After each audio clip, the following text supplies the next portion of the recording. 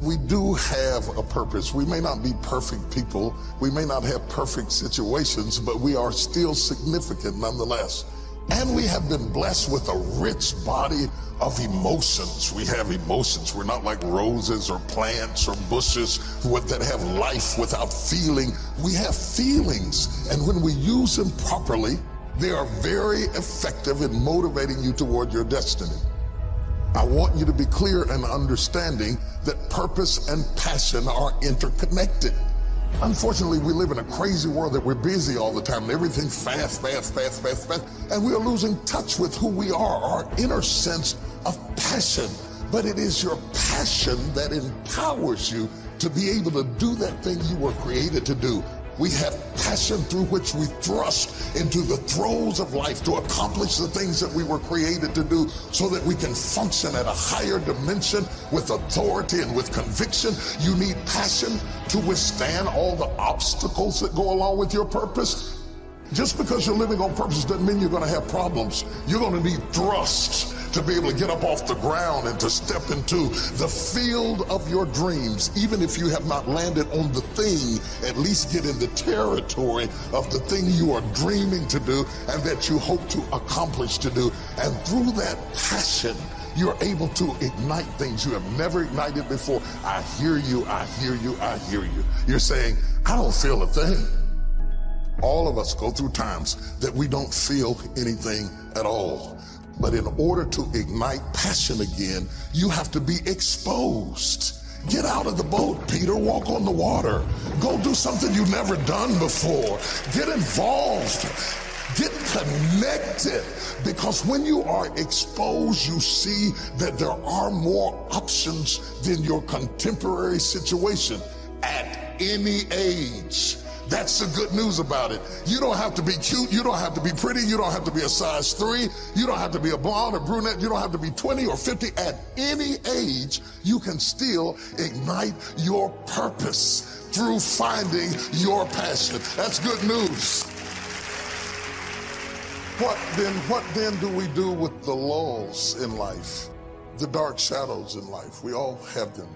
The secret pains and burdens that we have in life. Are they in fact distractions from our purpose? Absolutely not. I have never seen anybody who did extraordinary feats that didn't have extraordinary issues.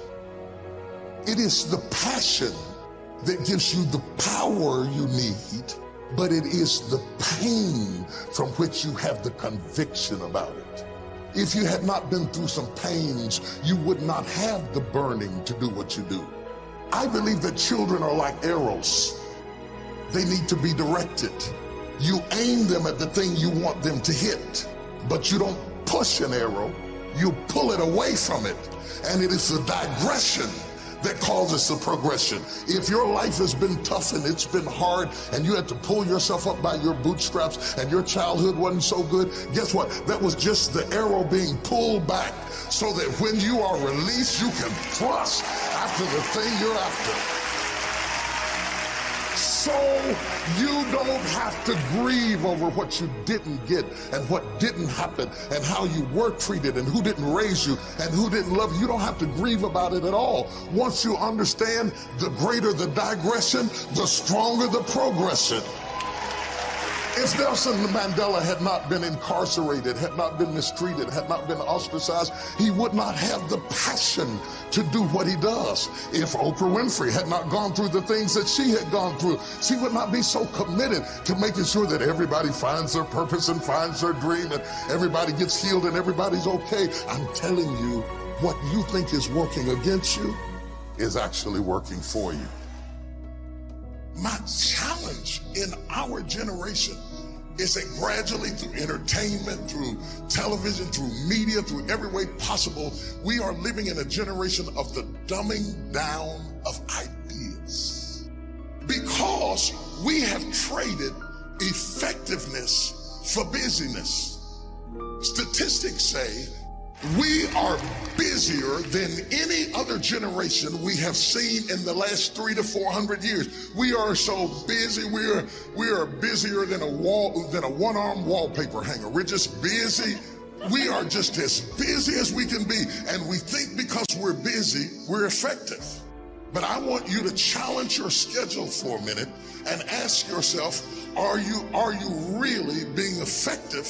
Or is your life cluttered with all kinds of stuff that demands you and drains you and taxes you and stops you from being your highest and best self? And are you substituting busyness and all the chaos that goes along with busyness from being effective? Let me tell you, a bunch of scientists got together. They began to do some research, and they begin to determine that 80% of the things we do are busy things that we do in an area that is not effective, that the average person only spends 20% of their time doing the thing that they are really gifted at, created at, passionate about, excited to do, and the rest of it is all the dismal, dumb stuff that we all have to do in order to survive. Just crazy stuff that we're doing.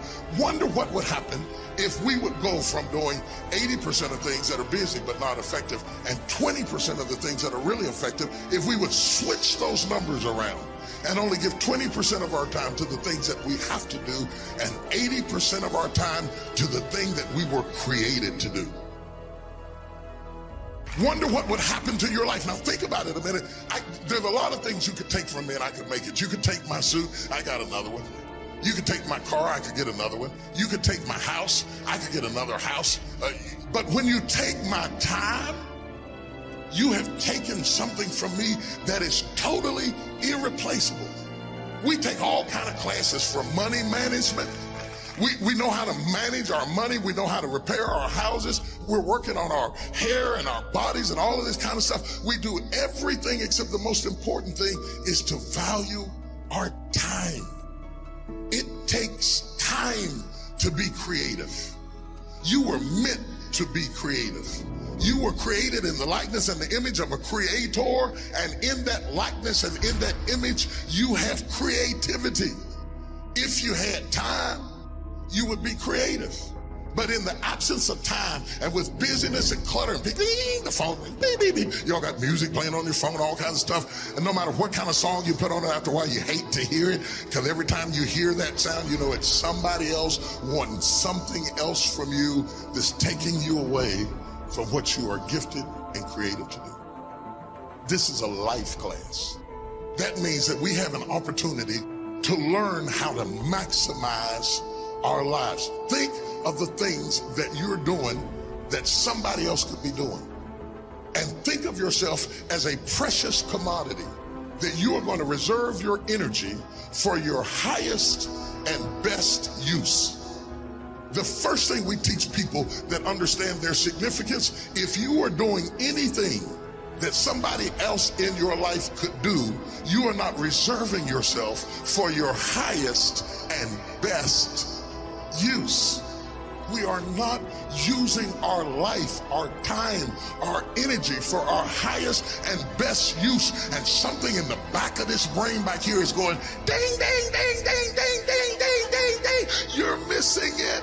You're missing your life, your purpose, your passion, your excitement, your enthusiasm. And through these classes, what we want to do is shake you and rattle you and stir you up to understand that every moment is a gift, every second is a gift, every thought is a gift, every idea is a gift, every opportunity is a gift, everybody you meet is a gift. You are gifted with opportunities, and I want to show you how to begin to maximize what you've got.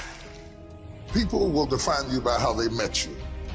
Whether it may be girlfriend, mother, banker, whatever it is, they define you right there. They put a period. But if you have the capacity to do more, turn that period into a comma. I tell people, don't let people put a period where God has put a comma. Explore all of your life, no matter how diverse it is. There are some people who have more capacity and they can handle more things, and there are other people who have to focus on one thing and do one thing well. You have to determine which one you are and be that. A lot of people don't know how to get over the past. They don't know how to forgive. They confuse forgiving with forgetting. You don't have to forget it to forgive it. They need to also realize that forgiveness is a gift you give yourself. It does not exonerate the perpetrator. It doesn't mean that they weren't wrong. It just means that I'm not going to be tied to what they did the rest of my life.